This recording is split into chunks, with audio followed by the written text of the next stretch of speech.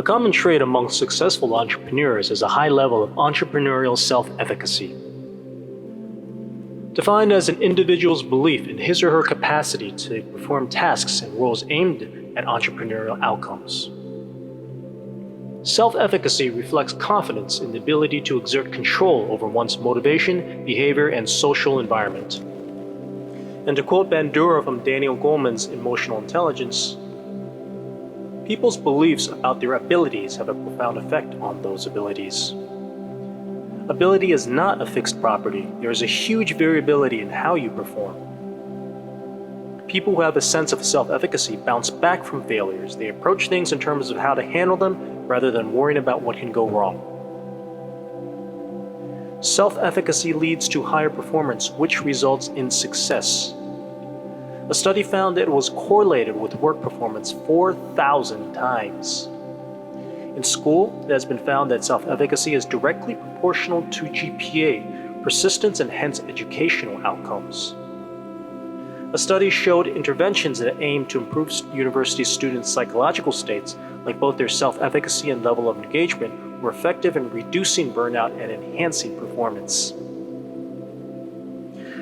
Phrased in colloquial terms, ESC can simply be called self-confidence. So how does one go about building that reservoir of self-confidence so vital to sustaining the entrepreneurship journey, especially as a lone wolf? First is mastery experiences. Mastery experiences are opportunities to learn new skills and gain experience in different areas. For example, a person may increase their self-efficacy with cooking if they succeed at making delicious dishes. Basically, small wins over time creates confidence. According to Smith, there are two reasons why mastering experiences might provide the most benefits. First, these experiences are based on your direct experience rather than an account of someone else's. So if you start drawing on those memories of what you've done in the past, you'll start to be able to infer what you can do for future events. Secondly, mastery experiences enable us to observe the direct links between an investment of effort and successful performance.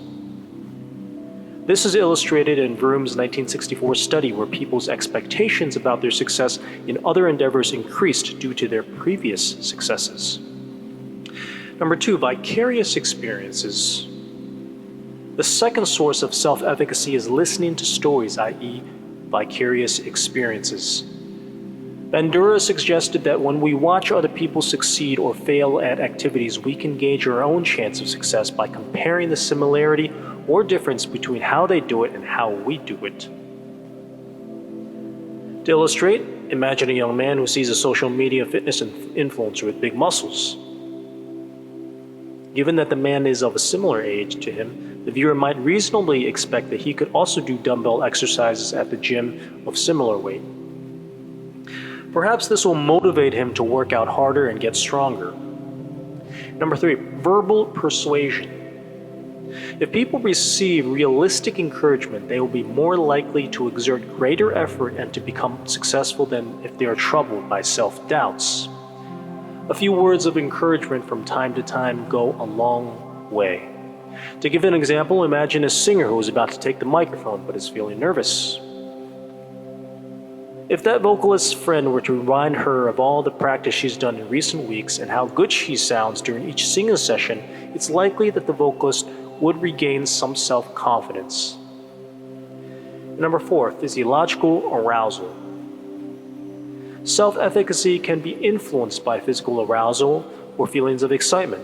This driver recognizes the connection between fatigue or being tired and not performing as well. When faced with a negative emotional state, which can often affect your judgment and make even small tasks feel insurmountable, it's important to work on maintaining a positive overall mood. In doing so, you'll be able to honestly evaluate your capabilities based on what you know and by how you're feeling in the moment.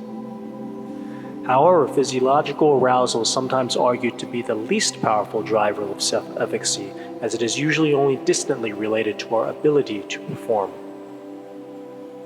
The main focus should be mastery experiences, as the old adage says, Practice makes perfect. So how do you apply this knowledge into your own life as a lone wolf, self-employed freelancer? I'll end the video with this well-known quote. He who has a why to live for can bear almost any how.